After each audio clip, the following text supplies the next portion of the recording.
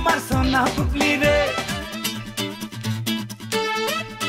ঢাকাই সিনেমার আলোচিত চিত্রনায়িকা শবনম বুবলি সিনেমা অপেক্ষা নিজের ব্যক্তিগত জীবন নিয়েই বেশিরভাগ সময় আলোচনায় থাকতে দেখা যায় এই অভিনেত্রীকে। তবে কাজের ক্ষেত্রেও বেশ সক্রিয় তিনি। প্রতি ঈদেই উপহার দিয়ে থাকেন নতুন নতুন সব সিনেমা।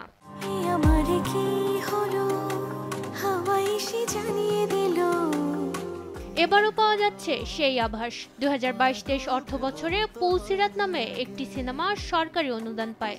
সিনেমায় বুবলির পাশাপাশি দেখা যাবে চিত্রনায়ক রোশনকে। তবে সিনেমার নাম নিয়ে সৃষ্টি হয় জটিলতা। দিল দিওয়ানা দিল দিওয়ানা দিল দিওয়ানা তোকে ছাড়া বাঁচা মুশকিল। প্রিভিউ কমিটিতে জমা দেওয়ার পর সিনেমার নাম পরিবর্তন করতে বলা হয়। তথ্য মন্ত্রণালয়ের চলচ্চিত্র শাখার আপত্তির মুখে পুলসিরাত সিনেমার নতুন নাম রাখা হয় সর্দার বাড়ির খেলা।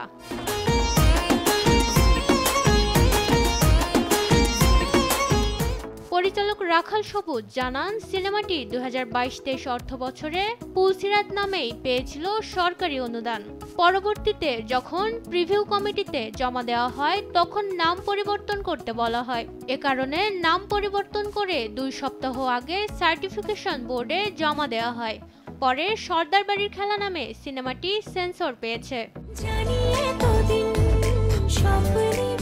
সিনেমার নায়ক রোশন জানান, একটি ছেলের জীবনের গতি পরিবর্তনের কিছু ধাপ নিয়ে নির্মাণ করা হয়েছে সিনেমাটি।